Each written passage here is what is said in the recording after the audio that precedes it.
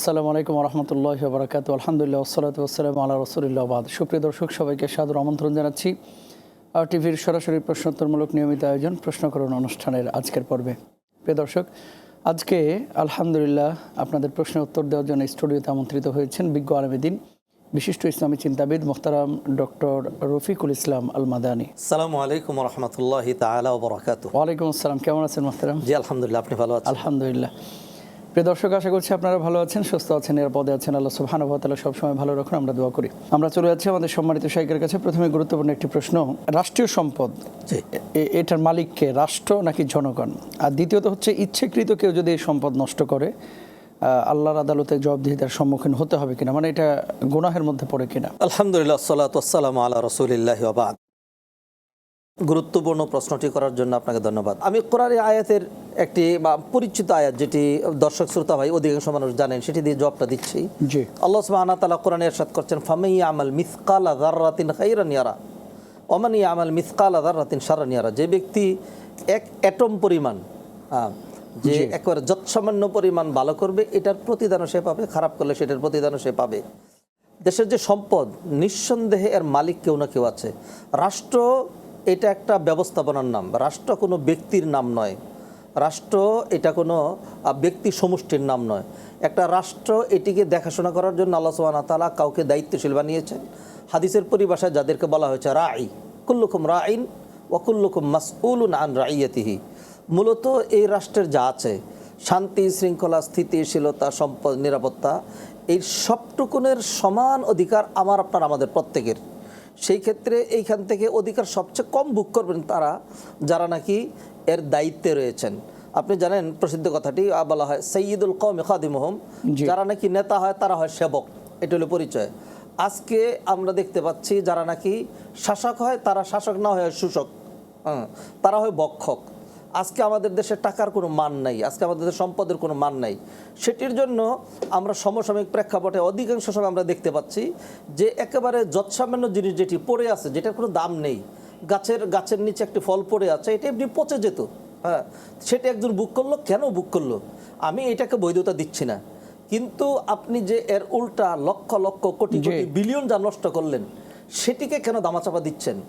নীতিটা এমন হয়ে দাঁড়িয়েছে যে, ধরুন সহজ করে বলি, যে একজনের তার নিজের পুরো সতর খোলা, সতর মানে একদম বিবস্ত্র, তাতে কোনো সমস্যা নেই, আমার টুপিটা কেন একটু বাঁকা, এটি সাংঘাতিক সমস্যা হয়েছে। ধন্যবাদ।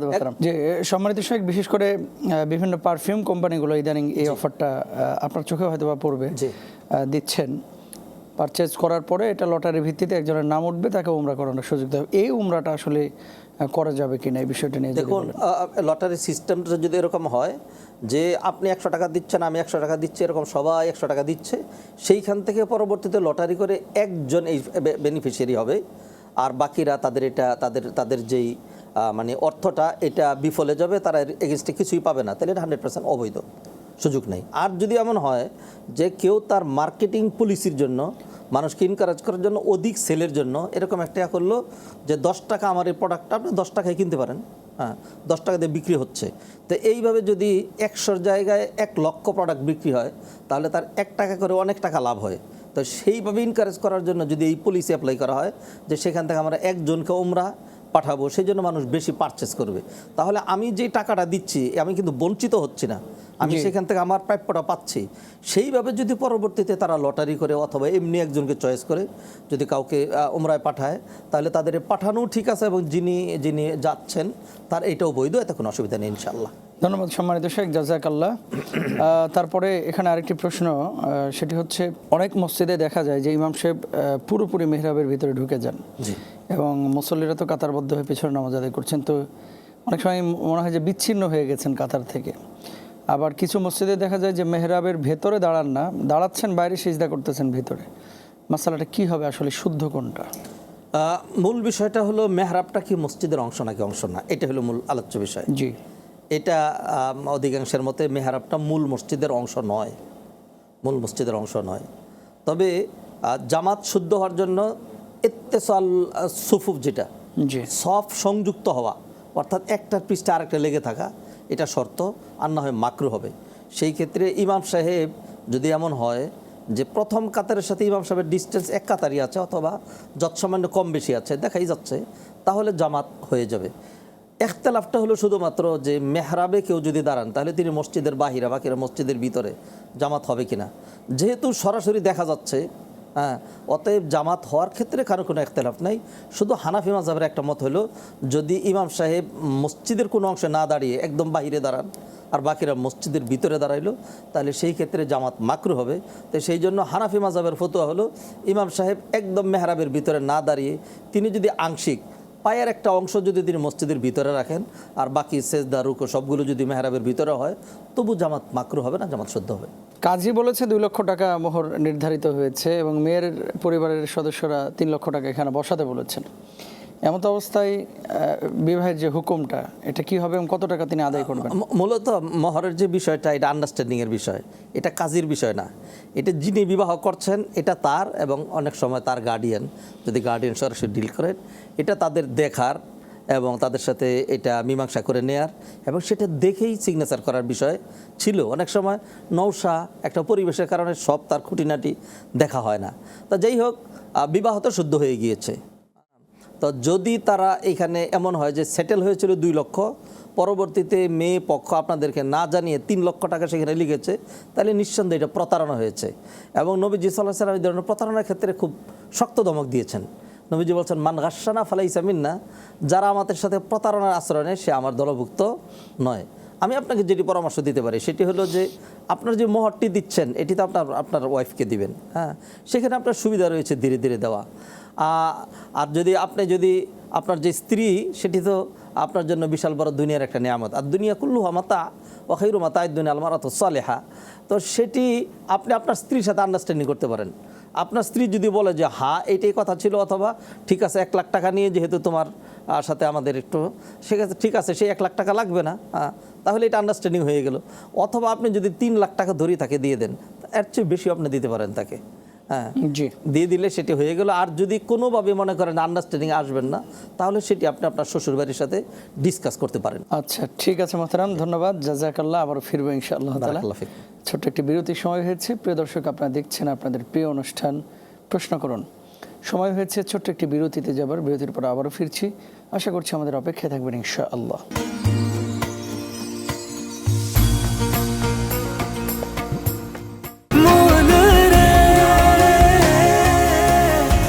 এভাবে ভরপুর বেঁচে থাকাটাই জীবন, আর জীবনের স্বাদের অনিবার্য সঙ্গী প্রাণ।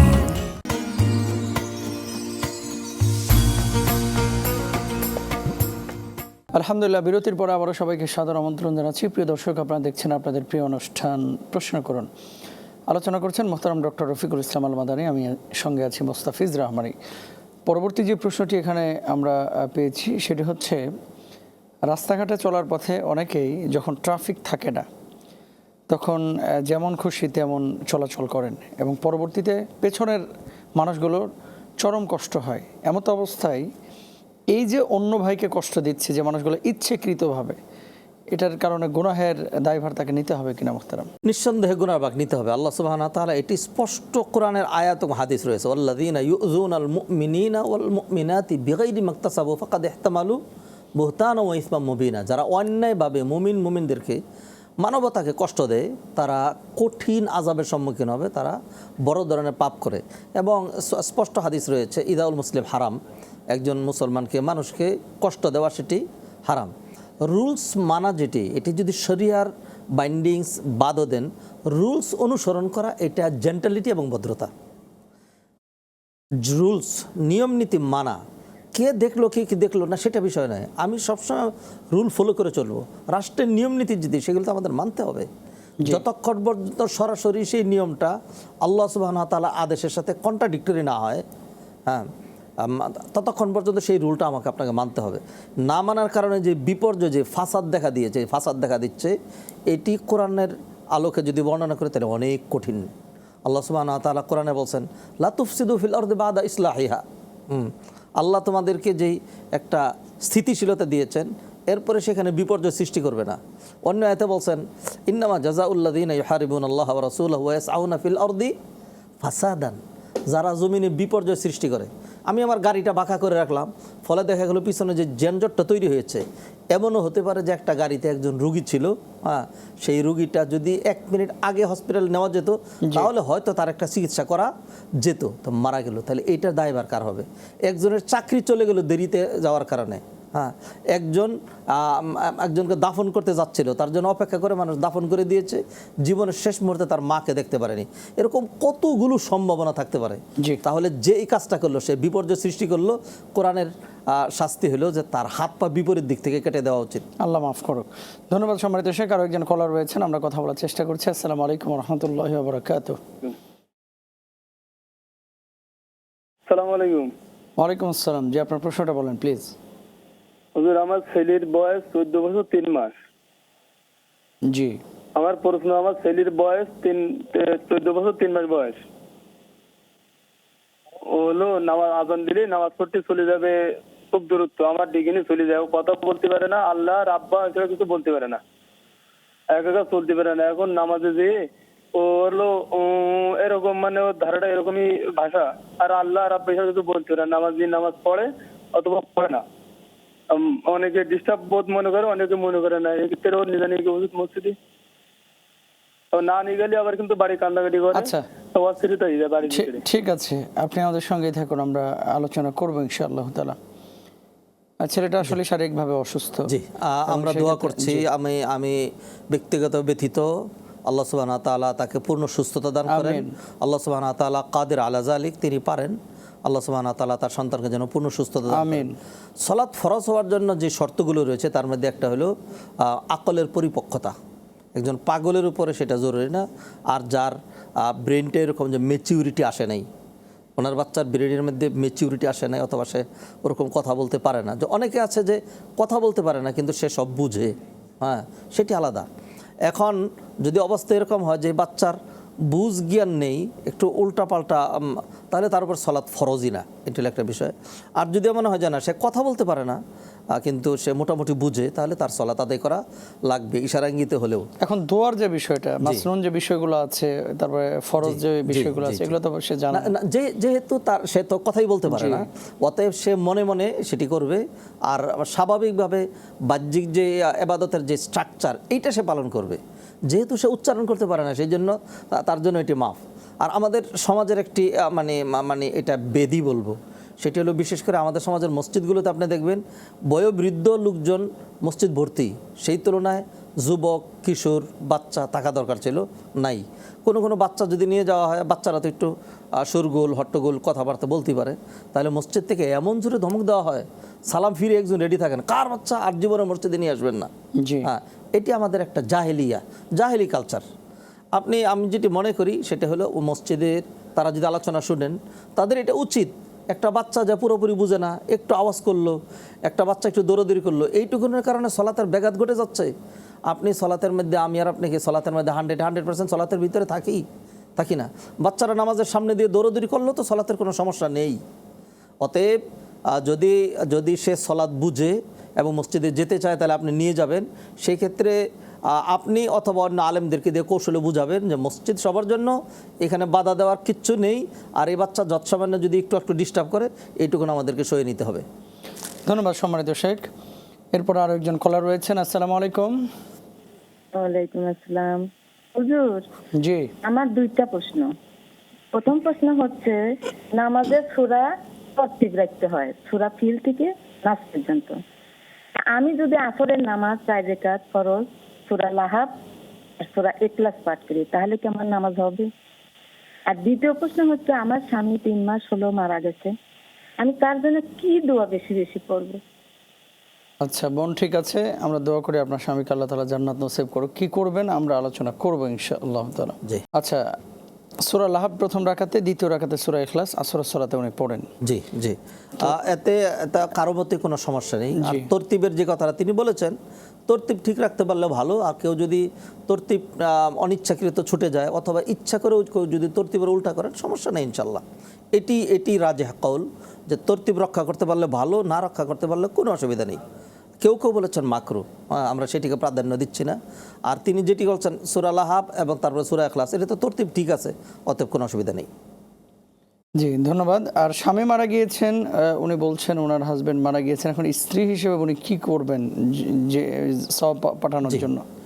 কোনো ব্যক্তি মারা গেলে নবীজি সাল্লাল্লাহু আলাইহি ওয়াসাল্লাম হাদিসের মধ্যে 12টি আমলের কথা উল্লেখ করেছেন। তার পক্ষ থেকে সাদাকা জারি করা, তার জন্য দোয়া করা, তার আত্মীয় স্বজনের সাথে ভালো সম্পর্ক রাখা, তার প্রতিশ্রুত বিষয়গুলোকে আদায় করা, তার পক্ষ থেকে মুসহাফ মানে মসজিদ মাদ্রাসা মানুষকে দেওয়া পড়ার জন্য, তারপরে তার পক্ষ থেকে নলকূপ ইত্যাদি মানুষের পানির ব্যবস্থা করা। এইভাবে নবী অনেকগুলো কাজ করেছেন। তো আপনি তার জন্য নিয়মিত দোয়া করবেন, আল্লাহ যেন তাকে মাফ করে দেন, জান্নাতে আলা মাকাম দান করেন। নিশ্চয়ই একজন স্ত্রী তার স্বামীর জন্য যখন দোয়া করবেন, দোয়াটা মন থেকে আসবে, এটি বড়। আর আপনি আপনার সাধ্যানুসারে যতটুকু পারেন তার জন্য সদাকা করবেন। আর সেটি যদি সদাকায় জারিয়া হয় তাহলে নিঃসন্দেহে সেটি ভালো। কোনো মসজিদ মাদ্রাসায় অথবা জনকল্যাণ জনহিতৈকর কোনো কাজের মধ্যে আপনি যদি সেখানে কিছু কন্ট্রিবিউশন করতে পারেন তাহলে সেটি ভালো। ধন্যবাদ, জাযাকাল্লাহ। আবার ফিরবো ইনশাআল্লাহ তাআলা। বারাকাল্লাহ ফিক। প্রিয় দর্শক, আপনারা দেখছেন আপনাদের প্রিয় অনুষ্ঠান প্রশ্ন করুন। সময় হয়েছে ছোট্ট একটি বিরতিতে যাবার। বিরতির পর আবারও ফিরছি। আশা করছি আমাদের অপেক্ষায় থাকবেন ইনশাআল্লাহ।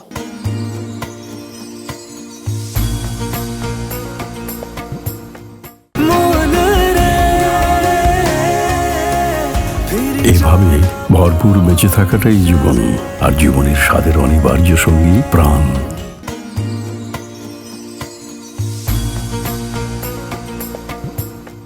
আলহামদুলিল্লাহ, বিরতির পর আবারও সবাইকে সাদর আমন্ত্রণ জানাচ্ছি। প্রিয় দর্শক, আপনারা দেখছেন আপনাদের প্রিয় অনুষ্ঠান প্রশ্ন করুন। আলোচনা করছেন মোহতারাম ডক্টর রফিকুল ইসলাম আল মাদানী, আমি সঙ্গে আছি মোস্তাফিজ রহমানী। পরবর্তী যে প্রশ্নটি এখানে আমরা পেয়েছি সেটি হচ্ছে, বাপ মা মারা যাওয়ার পরে অনেক সন্তান মানুষকে খাওয়ায়, অনেকে দান করেন, অনেকে দেখা যাচ্ছে মসজিদ মাদ্রাসা প্রতিষ্ঠা করছেন, বৃদ্ধাশ্রম বানাচ্ছেন। কোন কাজগুলো আসলে উত্তম বাবা মার সওয়াবের জন্য? নবীজি সাল্লাল্লাহু আলাইহি ওয়াসাল্লাম তা হাদিসের মধ্যে বলেছেন, ইযা মাতাল ইনসান ইনকাতা আনহু আমালুহু ইল্লা মিন সালাস। জি, মানুষ মরে গেলে সকল আমলের দরজা বন্ধ হয়ে যায়, তিনটা চালু থাকে। তার মধ্যে একটা মিন ওয়ালাদিন সালিহিন ইয়াদউলা, নেককার সন্তান যদি দোয়া করে, এটি। আরেকটা হলো সাদাকাতিন জারিয়া, সাদকা জারিয়া। সাদাকা জারিয়া হয়তো সে নিজে করেই গিয়েছে, জি, অথবা তার সন্তানরাও যদি তার জন্য সাদাকায় জারি করে সেটি। খাওয়ানোর যে বিষয়টি, এটা আমাদের সমাজে এক ধরনের ট্রেডিশন চালু হয়েছে। আর এই যুগে এসে, এই আধুনিক যুগে মানুষ অন্তত খাবারের খুব একটা সমস্যা মানুষের মধ্যে নেই। যদি মানে কাউকে বলা হয়, এটা তো এখন বলার সুযোগ নেই, যদি মানে নিশ্চিতভাবে কাউকে বলা যেত যে আপনি 10,000 টাকা যদি আপনার আত্মীয়ের জন্য, বাবা মার জন্য দান করেন, সাদাকা জারিয়া করেন, তাহলে 10 লক্ষ সওয়াব হবে। আর যদি 1 লক্ষ টাকা খরচ করে গরু জবাই করে খাওয়ান, তাহলে মাত্র 500 সওয়াব হবে। তাহলে আমাদের সমাজের মানুষ 1 লক্ষ টাকা খরচ করে ওই 500 সওয়াব যেটা এই পথটাই নিবে, কারণ এর মধ্যে নাম ডাক আছে, আর ওইটার মধ্যে নাম ডাক নাই। অতএব আমি যেটি বলবো সেটি হলো, নাম ডাকের দিকে যাওয়ার দরকার নেই। একান্ত গরিব মাদ্রাসার ছাত্র যাদেরকে খাওয়াইলে উপকার হয়, যারা ভালো খেতে পারে না, এরকম কিছু লোকজনকে যদি 4 দিন 40 ইত্যাদি অ্যাভয়েড করে যদি খাওয়ানো যায়, তাহলে নিঃসন্দেহে খাওয়ানোটাও ভালো কাজ। ধন্যবাদ মোহতারাম। আরো একজন কলার রয়েছেন। আসসালামু আলাইকুম রহমতুল্লাহ। আসসালামু আলাইকুম। ওয়ালাইকুম আসসালাম, প্রশ্ন বলেন। হযরত, আমি একটা প্রশ্ন করতে চাচ্ছি। আমাদের বিবাহ হয়েছিল 1996 সালে। 1,25,000 টাকা দেনমোহর ধার্য করা ছিল। তো তারপর আমার স্ত্রী মারা যায়, পরবর্তীতে মারা যায়। কতদিন পর মারা যায়? কতদিন পর মারা যায়? 2021 সালে। আচ্ছা, বলেন। 21 সালে মারা যায়। তো এখন আমি আবার স্ত্রীর নামে, আমি শহরে একটা জায়গা কিনছিলাম, তাকে অর্ধেক আমি দলিল করে দিয়েছিলাম তার নামে। এখন কি আমার দেনমোহরটা কি আদায় হয়ে গেছে কিনা? আচ্ছা, ঠিক আছে, আপনি আমাদের সঙ্গে থাকুন। আমরা নাকি আমার এখন আপনি আমাদের সঙ্গে থাকুন। আপনার স্ত্রী কি জানতো যে এটা দেনমোহরের ওই টাকা পারপাসে আপনি কিনেছেন? আসলে না, ওইভাবে আমি তাকে এমনি বলতাম, মানে তার তাকে তো একবার বলা হয়েছিল, কিন্তু এখন ওই জায়গাটার ভিতরে এখন বাসা করে আমি আছি। আচ্ছা, ঠিক আছে, আপনি আমাদের সঙ্গে থাকুন, আমরা কথা বলছি ইনশাআল্লাহ তাআলা। 1996 সালে যে টাকাটা উনি নির্ধারণ করেছিলেন মোহরানার জন্য, পরবর্তীতে শহরে একটা জায়গা করেছিলেন, কিনেছিলেন, এখান থেকে অর্ধেক আবার স্ত্রীকে দিয়ে দেন। এখন 2021 সালে স্ত্রী মারা গিয়েছেন, ওই জায়গাতে তিনি এখন বসবাস করছেন। আপনি যেমনটি বলেছেন, যদি তার সাথে শেয়ার করে থাকেন যে তোমাকে জায়গা কিনে দিলাম, যেটা মোহরের পারপাজে হতে পারে, আর সেটাতে সে যদি কোনো বাধা না দিয়ে থাকে, শুনে থাকে, চুপচাপ থাকে, তাহলে আপনার মোহর আদায় হয়ে গিয়েছে। কারণ আসুকুত নিসফির রিদা, কেউ যদি চুপ থাকে, চুপ থাকা সম্মতির লক্ষণ, সম্মতি বোঝাবে। তারপরেও আপনি যদি আরও মানে আশ্বস্ত হতে চান যে সেটি আমি এমনি দান করেছি, তার মোহরের টাকা দেই নেই, তাহলে 1,25,000 টাকাই তো আপনার যদি এবিলিটি থাকে, তাহলে সেইখান থেকে সবটুকুন টাকা তাকে দিতে হবে না। একটা হলো এটা জানতে হবে যে আপনার স্ত্রী মারা যাওয়ার পরে ওয়ারিশ কে কে আছে। যদি আপনার ছেলে মেয়েরা থাকে, আপনি থাকেন, তাইলে তো পুরোটা আপনাদের মাঝেই চলে আসলো। আর যদি এমন হয় যে তার বাবা মা থেকে থাকে, হ্যাঁ, তাহলে সেখানে তার বাবা 6 ভাগের 1 ভাগ পাবে। তাহলে সেই টাকাটা তাদেরকে দিতে হবে, অথবা তাদেরকে বলতে হবে যে মোহরের টাকাটা তো এইভাবে দেওয়া হয়নি, তাকে জায়গা দিয়েছিলাম, আপনাদের যদি দাবি দেওয়া থাকে তাহলে এইখান থেকে আপনারা 10,000 টাকা পান, 5,000 টাকা পান, বা যেটা হিসাবে আসে এটা আপনারা পান, এটাকে আমি আপনাদেরকে দিয়ে দিব। যদি তারা বলে যে না, দেওয়ার কোনো দরকার নেই, তাহলে তো আপনার এটা হয়েই গেল। অতএব এই পন্থাটা আপনারা অবলম্বন করতে পারেন যদি অতিরিক্ত আশ্বস্ত হতে চান। শুকরান, জাযাকাল্লাহ। আরেকটি প্রশ্ন এখানে দেখা যাচ্ছে, সেটি হচ্ছে অতিরিক্ত মুনাফার জন্য কিছু পণ্য কম দামে কিনে জমিয়ে রেখে পরবর্তীতে সেটি বিক্রয় করা বেশি মুনাফার জন্য, এটা জায়েজ আছে কিনা, যদি বাজারে কৃত্রিম সংকট তৈরি না জি হয়? জি জি যদি খাদ্যদ্রব্য মানুষের নিতান্ত প্রয়োজনীয় বিষয় হয় এবং আমার মজুদটা এই পরিমাণ হয় যেটার কারণে বাজারে সংকট দেখা দিবে, হ্যাঁ, এবং কৃত্রিম দাম বেড়ে যাবে, তাহলে এই ধরনের মানে যেই কৃত্রিম সংকট তৈরি করা, বাজার গোডাউন অথবা যেটা জমিয়ে রাখা, এটা হারাম, এটা জায়েজ নেই। আর যদি এমন হয় যে না, এমনি আমি কিছু কিনে রেখেছি, এটা বাজারে কোনো প্রভাব ফেলবে না, এমনিতে নর্মালি যখন দাম বাড়বে তখন আমি বিক্রি করব। যেমন আমার ক্ষেতের ধান আমি ঘরে রেখে দিলাম, দাম বাড়লে বিক্রি করবো, এখন বিক্রি করছি না, তো সেটা জায়েজ রয়েছে। আর যদি এরকম হয় যে কৃত্রিম সংকট তৈরি করার জন্য, অথবা আমার এই জমা করাটা সংকট তৈরি করবে, যেমন এটা হলো যারা সিন্ডিকেট তৈরি করে, যারা বড় বড় পাইকারি ব্যবসায়ী, যারা মার্কেটকে মার্কেট, আপনারা দেখছেন যে আমরা দেখেছি যে গোডাউনে পেঁয়াজ পচে যাচ্ছে, হ্যাঁ, পেঁয়াজের চারা গজিয়ে যাচ্ছে, আলু নষ্ট হয়ে যাচ্ছে, তারপর আটকে রেখেছেন দাম বাড়ানোর জন্য, হ্যাঁ, অল্প দামে ছাড়ছেন না, মানুষকে কষ্ট দেওয়ার জন্য, এটা হারাম নিঃসন্দেহে। শুকরান। তারপরে আরেকটি প্রশ্ন, সেটি হচ্ছে মেয়েরা অনেক সময় হাই হিল ব্যবহার করেন, এই হাই হিল ব্যবহার করা মেয়েদের জন্য জায়েজ আছে কিনা? দ্বিতীয়ত, জুতা ব্যবহার করার ক্ষেত্রে নারী পুরুষের মাসনুন কোনো বিষয় আছে কিনা, যে এই ধরনের জুতা নবীজি ব্যবহার করেছেন? দেখুন, মেয়েরা সাজসজ্জা করতে পারবে শরীয়তের সরাসরি যেগুলো মানে নিষেধ রয়েছে সেগুলি ছাড়া। কোরআনে আল্লাহ সুবহানাহু ওয়া তাআলা যেটি নিষেধ করেছেন, ওয়ালা ইয়াদরিবনা বিআরজুলিহিন্না লিইউলামা মা ইখফিনা মিন জিনাতিহিন্না, তারা জমিনে পাকে বাড়ি দিয়ে চলবে না, তাদের যে সৌন্দর্য সেটা প্রকাশিত হয়ে যায়, শারীরিক সৌন্দর্য এবং তাদের যেই অলংকারের সৌন্দর্য, যদি পা বাড়ি দিয়ে চলে তাহলে শরীরে একটা ঝাঁকুনি আসে, এতে এতে এতে মানে দেখতেও কিন্তু একটা খারাপ দেখা যায়। আর হলো অলংকারের যে জনজনানি সেটা বোঝা যায়, এটা হারাম, এটা করতে পারবে না। এটি ছাড়া একজনের উপযোগী হয়তো একটু মানে উঁচু জুতা, অন্যরকম জুতা, এক এক সময় এক এক রকম স্টাইলের জুতা আসে, এগুলো পরা জায়েজ রয়েছে, এগুলো অসুবিধা নেই, যদি অন্য কোনো কারণ না থাকে। যেমন একটি কারণ আমি বলি, সেটি হলো যে এমন একটি হিল এমনভাবে পরলো যে হিলটা পরার কারণে এরপরে তার যে আসল দৈর্ঘ্য এটা বোঝা গেল না, সেই ক্ষেত্রে যখন পাত্রী দেখানো হচ্ছে তখন সে দিয়ে এই হিলের কারণে যারা পাত্রী দেখতে এসছে তারা কিন্তু একটু প্রতারিত হলো, এই প্রতারণাটা নিষেধ। নতুবা এমনিতেই হিল পরার, স্বামী তার স্ত্রী একটু বেটে ধরুন, স্বামী চাইলো যে না তুমি একটু উঁচা জুতা পরো, অসুবিধা নেই, অথবা তার এমনি তার নিজের কাছে একটু খারাপ লাগে একটু জুতা পরলো, সেটা অসুবিধা নেই, এগুলো জায়েজ রয়েছে। ধন্যবাদ মোহতারাম। আরেকটি প্রশ্ন এখানে দেখা যাচ্ছে যে সৌদি আরবের মানুষ, আরব বিশ্বের অনেক দেশেই দেখা যায়, সৌদি আরব সহ অন্যান্য দেশেও, তারা দাড়িটা রাখে না, বা দাড়ি রাখে কোনো মতে চেহারায় বোঝা যায় যে রাখছে, আবার কেউ কেউ ক্লিন শেভ করে। বাংলাদেশের ওলামা ইকরাম বলছে দাড়ি রাখা ওয়াজিব, আরব বিশ্বের ওলামা ইকরাম অনেকেরই দাড়ি নাই, তাহলে সেক্ষেত্রে কোনটা মানবো বা কোনটা বিশ্বাস করব? দেখুন, বিষয়টা কিন্তু মক্কা, মদিনা, আরব বিশ্ব, বাংলাদেশ এটি নয়, বিষয়টি হলো কোরআন এবং হাদিস। নবীজি আমাদেরকে বলেছেন তারাকতু ফীকুম আমরাইনি, দুটো জিনিস রেখে যাচ্ছে, কোরআন এবং হাদিস। দাড়ির ক্ষেত্রে আমাদের দেশের উলামায়ে কেরাম যতটা স্ট্রিক্ট, সৌদি আরব এবং মানে বিশেষ করে উপসাগরীয় দেশের ওলামায়ে কেরামগণ আরও বেশি শক্ত। তারা সরাসরি হাদিসের উপর আমল করেন, আফুল্লোহা, তোমরা দাড়িকে ছেড়ে দিবে।